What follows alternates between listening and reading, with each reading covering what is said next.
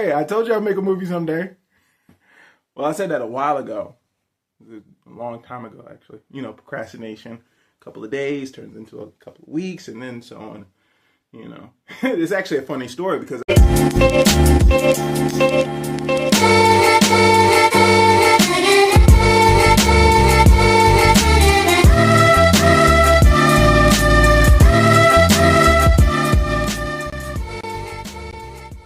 but I'm okay, and I don't need to go back to Phoenix. But let's just act like this is soft reboot, first video for the channel. All you need to know is that I yap a lot. Movies, comic books, video games. The movie I want to yap about right now, pretty sure you saw the title, Scream 7. I saw the movie twice. The second time with my mom, she liked it. My opinion still stands. I thought the movie was okay. It's not as bad. I don't think it's as bad as a lot of people are saying about it. I just think it's okay, and it could have been done a lot better. I put it with 3 and 6. You know, so it'd be like 3, 6, 7. No, 3, 7, 6. Yeah. Let's watch 6 again later. This movie had a very strong first half for me personally. It had me acting like Brenda in Scary Movie, you know, from Scary Movie 1. Also, I forgot to mention full spoilers. So I'll give you some time. Can't believe it was Medea. After Sid and her family were attacked in the house, it goes downhill after that. It just keeps going down, and it does not stop. As far as the acting goes, I thought it was fine. I thought it was okay. It wasn't breaking any new grounds. I think the actors and actresses did the best job of what they had. But the stars of the show are the 3 returning characters of the Scream franchise: Sidney Prescott, Gale Weathers, and Stu Macher. Neve Campbell, like a bike. Courtney Cox, easy. Matthew Lillard, honestly, these guys could play these characters in their sleep at this point. So it wasn't really about the acting. It was more of like just questionable things that didn't make sense. And I wish there was more of Sidney, not so much as, you know, scenes or, you know, in terms of performance, but like connection, you know, more of a reason for her to be there instead of just like, oh, she's Sidney, something needs to happen here. I wish there was something more with Tatum's friends, you know, more development when it comes there. Tatum not being trained in any way. It's a bold strategy, Cotton. Let's see if it pays off for him. You know, it doesn't really make a whole lot of sense. You're Sidney Prescott, man. You survived 4, 5 movies, I think.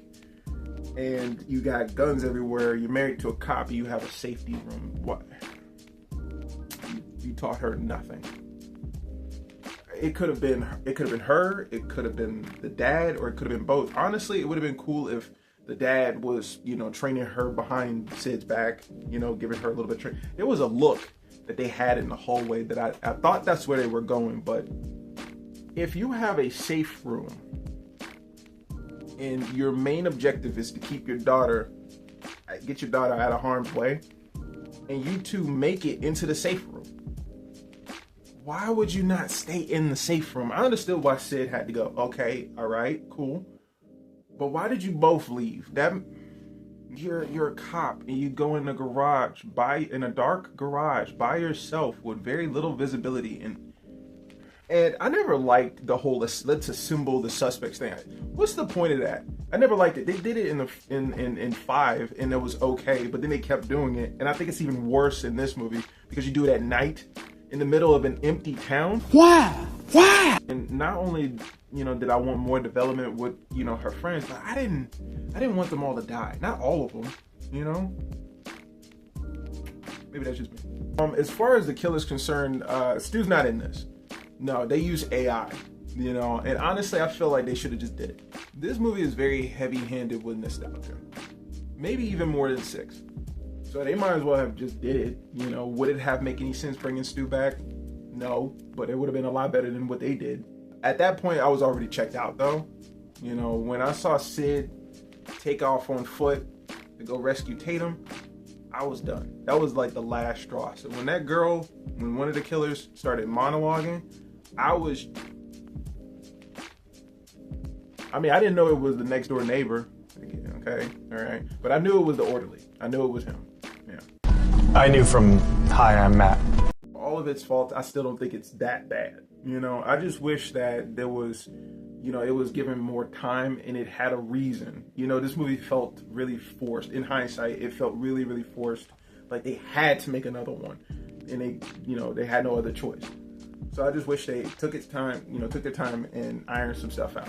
So I give it a 3.5 out of 5. You watch it, it's okay, it's fine, but they could have did a lot better. It's 3.67. 3.67.